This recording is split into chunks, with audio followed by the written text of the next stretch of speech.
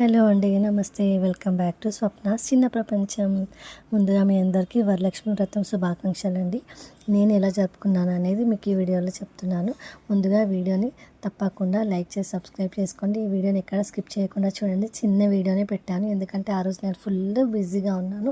ఎక్కడ నేను అసలు ఏ వీడియో తీసేటట్టు లేదండి. ఇదంటే సింపుల్గా నేను చేసుకున్న పూజ అయితే అమ్మవారి ఫోటో పెట్టుకున్నాను, కలశం పెట్టుకున్నాను, అమ్మవారికి చీర పెట్టుకున్నాను. అలాగే 9 నైవేద్యాలు అయితే చేశానండి. ఆ రోజు నేను కొబ్బరికాయ కొడితే అది రౌండ్గా కాకుండా ఇట్లా నిలువుగా పగిలిందండి. అది ఎందుకు అలా పగిలిందో మీకు ఎవరికైనా తెలిస్తే కామెంట్లో చెప్పండి. సింపుల్గా చేసుకున్నాను. సో 6:30కి నా ఈవినింగ్ అయితే 6:30కి నా పూజ అయితే అయిపోయిందండి. 6:30 తర్వాత నేను గుడికి అయితే వచ్చేసాను. ప్రతి శ్రావణ మాసం, కార్తీక మాసం గుడి దగ్గర మనకి కుంకుమార్చనలు అయితే జరుగుతాయండి. దానికి తగ్గిన అమౌంట్ మనం కట్టేసేయాలి. సో నేనైతే స్టార్టింగ్లోనే కట్టేశాను. ఫస్ట్ వీక్ పోలేదండి, ఇది సెకండ్ వీక్.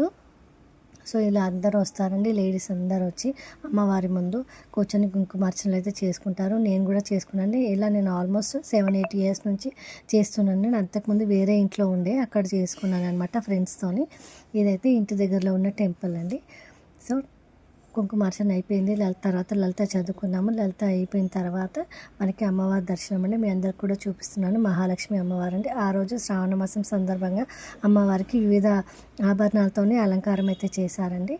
సో అమ్మవారికి అయిపోయిన తర్వాత నేను నైట్ 10:30కి దిగిన ఫోటో అండి. వీళ్ళందరూ నా ఫ్రెండ్స్ అండి. వీడియో నచ్చితే లైక్ చేసి సబ్స్క్రైబ్ చేసుకోండి. Thank you for watching.